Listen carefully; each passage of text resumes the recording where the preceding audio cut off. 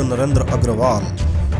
दोस्तों, आप लोगों ने कई बार अपने घर में बड़े बुजुर्गों से यह कहते हुए सुना होगा कि किसी शुभ कार्य में जाते समय काले रंग के कपड़े नहीं पहनने चाहिए।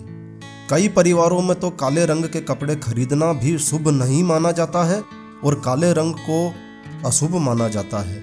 और यही कारण है कि शादी, विवाह, पूजा पाठ या किसी शुभ अवसर पर काले कपड़ों का उपयोग नहीं किया जाता है, क्योंकि काले रंग को नकारात्मकता का प्रतीक माना जाता है।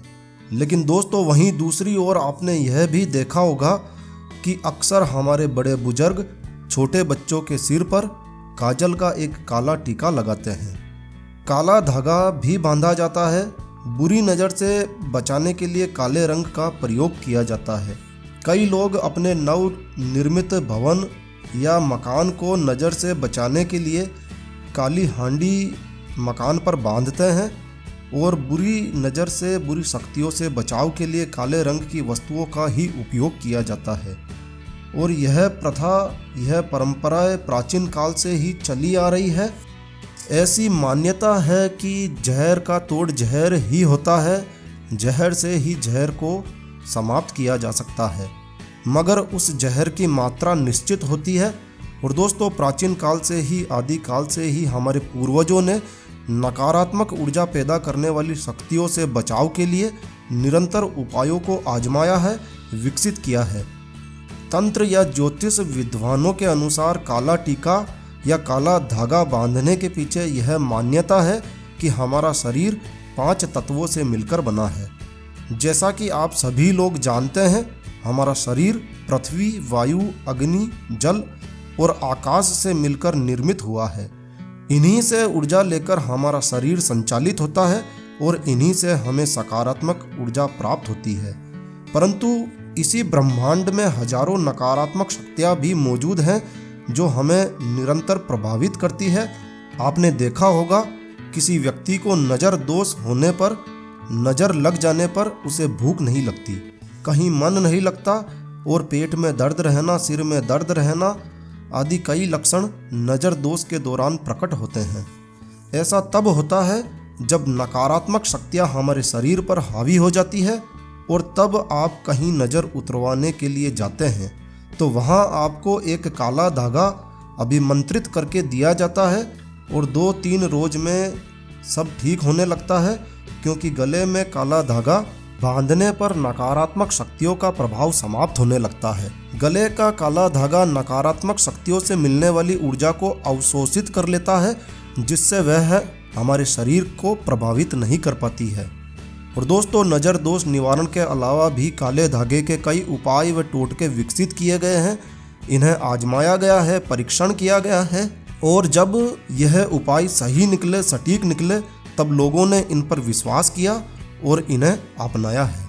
और दोस्तों, यह छोटे छोटे प्राचीन व आसान उपाय है और इन्हें करने में कोई नुकसान भी नहीं है।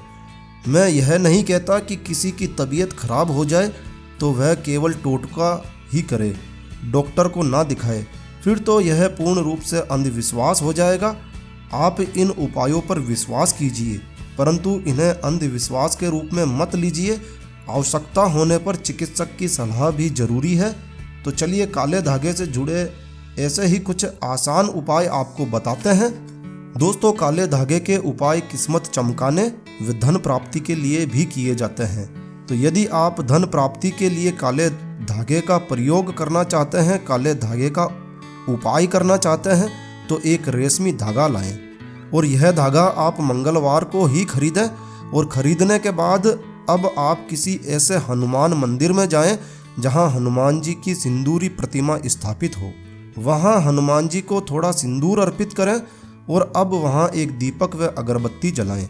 यह सारी प्रक्रिया आपको मंगलवार की शाम को करनी है और दीपक जलाने के बाद वहीं बैठकर हनुमान चालीसा का पाठ करें और धागे में एक गांठ लगा दें। इस प्रकार कुल 9 गांठें आपको धागे में लगानी है, यानी आपको कुल 9 बार हनुमान चालीसा का पाठ करना है और प्रत्येक हनुमान चालीसा के पाठ को पूर्ण होने पर आपको धागे में एक गांठ लगा देनी है।